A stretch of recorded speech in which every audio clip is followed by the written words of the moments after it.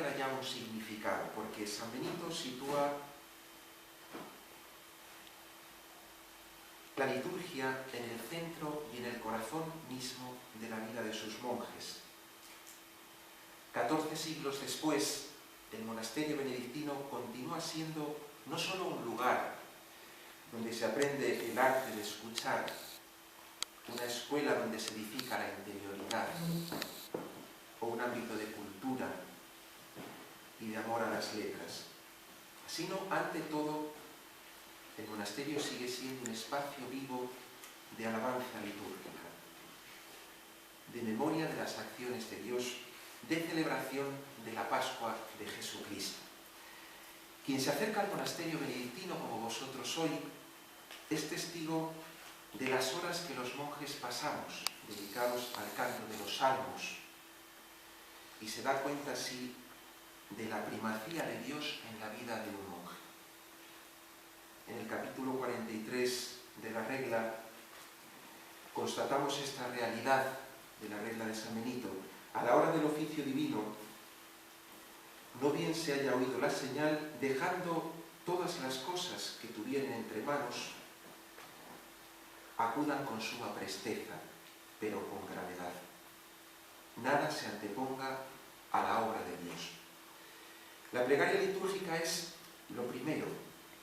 El monje quiere encarnar la enseñanza evangélica de orar sin desfallecer, de permanecer en vela orando en todo tiempo, aguardando el día del Señor. Así pues, la oración constante, la intercesión callada y silenciosa por todos los hombres en soledad, resistiendo las tentaciones del maligno y agradeciendo y buscando los consuelos divinos, es la esencia de la vida de un monje. Alrededor del altar, en la celebración eucarística o durante la plegaria de las horas litúrgicas, San Benito nos pide que estemos totalmente presentes, conscientes en lo que celebramos. Consideremos, pues, dice en el capítulo 19, de qué manera hemos de asistir ante la presencia de la divinidad y de sus ángeles, y estemos en la salmodia, de tal modo que nuestra mente concuerde con nuestro corazón, con nuestros labios. Vosotros no sois monjes, pero el hecho de acercaros a un monasterio debe enriqueceros, ha de ayudaros a reflexionar sobre el significado y el valor que la oración litúrgica tiene también en la vida de un creyente. Mi segunda consideración quiere poner en relación la liturgia benedictina y la vida de unión con Cristo. El cristianismo es la vida que nace de la comunión entre el resucitado y la Iglesia. La liturgia precisamente hace viva y actual esa comunión. ¿Por qué insisto en esto, o quiero subrayar esto desde el principio? Porque con frecuencia caemos en la vieja tentación de ver en Jesús tan solo un modelo ético, un modelo moral, y en el cristianismo y en sus ritos una doctrina, un programa moral excelso desde luego, pero ideas, criterios, ceremonias sin más. Visto así, es algo que está fuera de nosotros y a lo que nosotros con mayor o menor éxito tratamos de adaptarnos. Y esto es mutilar el misterio de Jesús. Esto es mutilar el sentido del vivir cristiano y el valor de la celebración litúrgica. Cristo no me aporta solo una orientación para actuar. Cristo me aporta vida nueva para ser.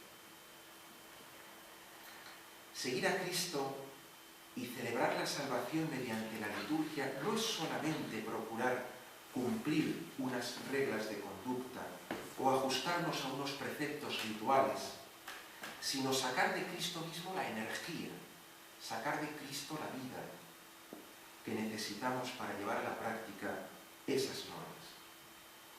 Y para ello es preciso entrar en comunión con Él, sobre todo a través de la liturgia. En una moral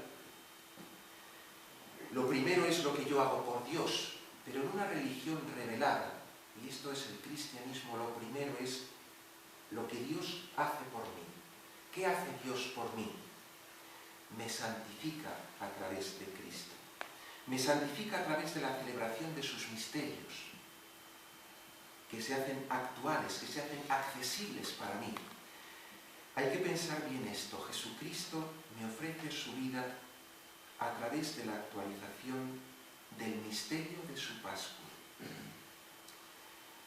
Podríamos emplear aquí el lenguaje de la carta a los Hebreos, que habla del santificador y de los santificados. Este santificador que no se avergüenza de llamarnos hermanos, que nos ofrece su propia vida, vivir de su vida.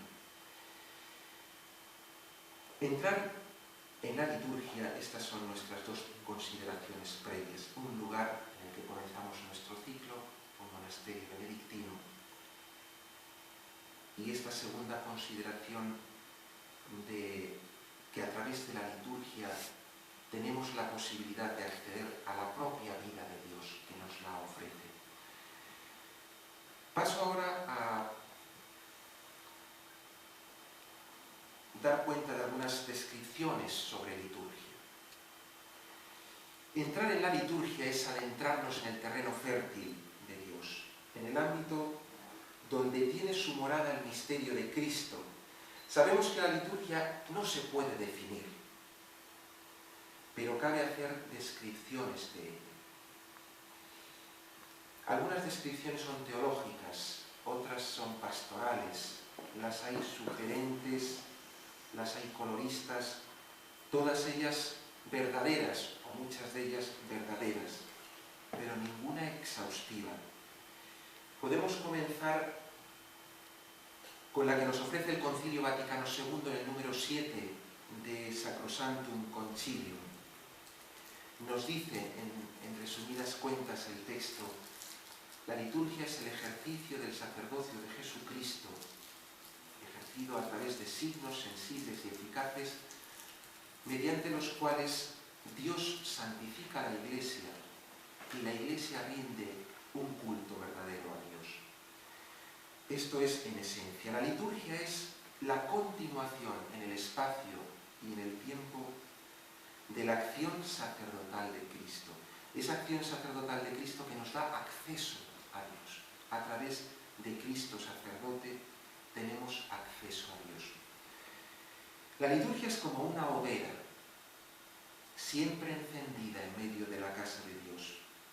Ese fuego en el que se han calentado los grandes hijos de la Iglesia, los santos, han vibrado y han vivido de la liturgia.